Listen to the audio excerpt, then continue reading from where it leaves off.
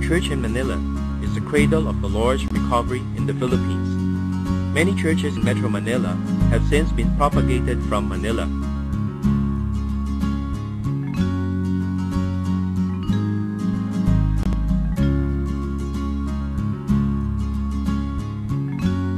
Although the administration of each locality is independent, yet the fellowship of the body in the Spirit is one, receiving in one accord the teaching of the apostles and the leading of the ministry.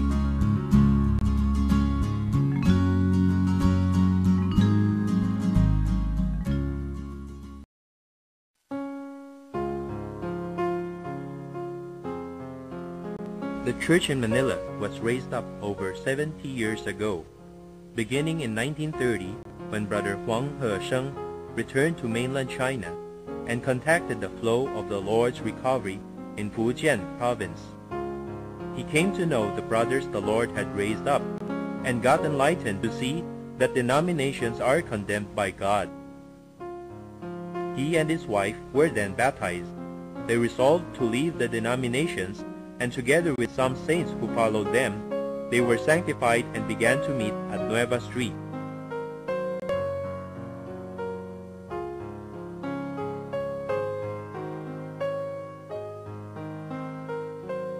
The first turning point of the church was in June of 1937, when Brother Watchman Nee passed by Manila on his way to England. He was invited to hold a conference. The messages he spoke were concerning the overcoming life of Christians. In his fellowship, he recommended Brother Witness Lee, referring to him as a brother who has a bright future. Only then did the saints start to know and admire Brother Lee. Before the start of World War II, they invited him to come and help, but before he could even process his travel papers, war broke out, so his coming was delayed.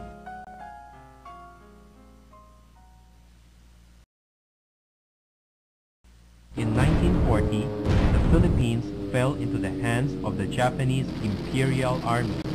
The church was prevented from having meetings. Nevertheless, the church still prayed in one accord and was eventually led by the Lord through this dark period of trial. In 1950, the church experienced yet another turning point. At the end of the same year, the Lord sent Brother Witness Lee to Manila and gave the church timely help and supply, leading the church to enter into the flow of his recovery. His visit brought blessing to the church. Many saints were added, bringing vitality to the church. During his visit, the co-workers, elders, and deacons asked Brother Lee to help the church move onward. When asked whether they wanted him to help as a guest speaker or to take the lead, the co-workers, the elders, and the deacons signified their willingness to hand themselves over for Brother Lee to take the lead. Around 1951, after Brother Lee stepped forward to lead the church dropped the name Christian Gospel Center and started to meet upon the local ground as the church in Manila.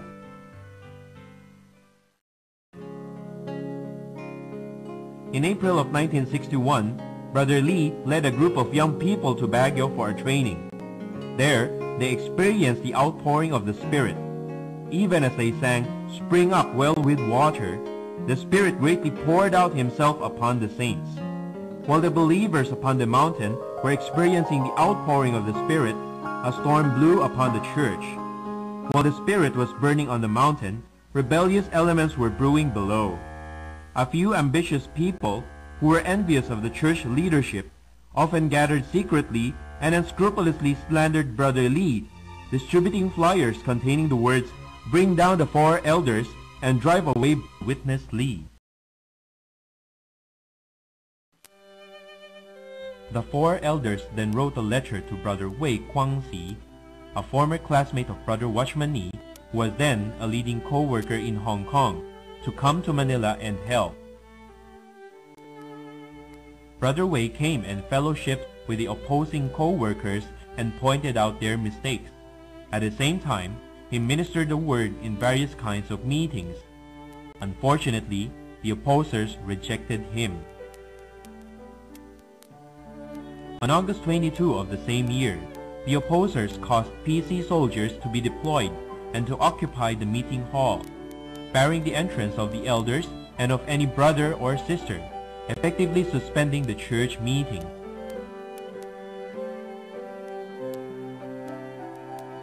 On August 24, the pure lovers of the Lord rented the meeting hall. Brother Wei ministered the word during the meetings, reckoning their being expelled from the meeting hall as the Lord's sanctifying work.